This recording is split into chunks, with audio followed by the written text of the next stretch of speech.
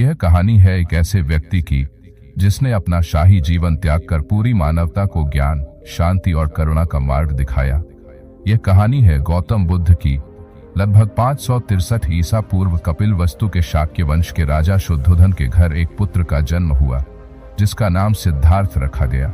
यह राजकुमार भाग्यशाली था क्योंकि जन्म के समय ही ज्योतिषियों ने भविष्यवाणी की थी कि यह बालक या तो महान राजा बनेगा या फिर महान संत। सिद्धार्थ का पालन पोषण अत्यंत सुख और विलासिता में हुआ। उनके पिता ने उन्हें हर तरह की शारीरिक और मानसिक तकलीफों से दूर रखा ताकि वह एक महान राजा बन सके। लेकिन सिद्धार्थ के मन में कुछ और ही चल रहा था। एक दिन सिद्धार्थ ने महल के बाहर की दुनिया को देखा। वहां उन्हें बूढ़े, बीमार और मृत व्यक्तियों की अवस्था देखकर गहरा धक्का लगा।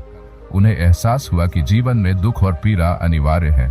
तभी उन्होंने एक सन्यासी को देखा जो अत्यंत शांत और सुखी दिख रहा था। यह दृश्य सिद्धार्थ के जीवन की दिशा बदलने वाला था। सिद्धार्थ ने अपने शाही जीवन का त्याग कर दिया और सत्य की खोज में निकल पड़े। उन्होंने अपनी पत्नी यशोधरा और पुत्र राहुल को छोड़ दिया ताकि वे जीवन के वास्तविक अर्थ को समझ सकें। सिद्धार्थ ने कई वर्षों तक कठोर तपस्या की और ज्ञान की प्राप्ति के लिए विभिन्न गुरुओं के शरण में गए, लेकिन उन्हें संतोष नहीं मिला।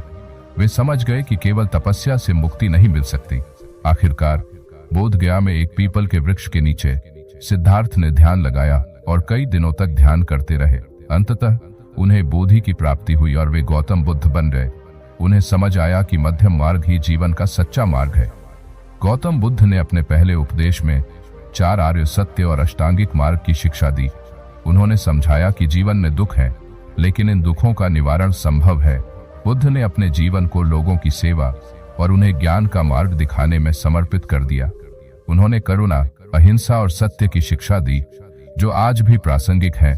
गौतम बुद्ध ने 80 वर्ष की आयु में कुशीनगर में महापरिनिर्वाण प्राप्त किया, लेकिन उनकी शिक्षाएं आज भी लाखों लोगों के जीवन को मार्गदर्शन और प्रेरणा देती हैं।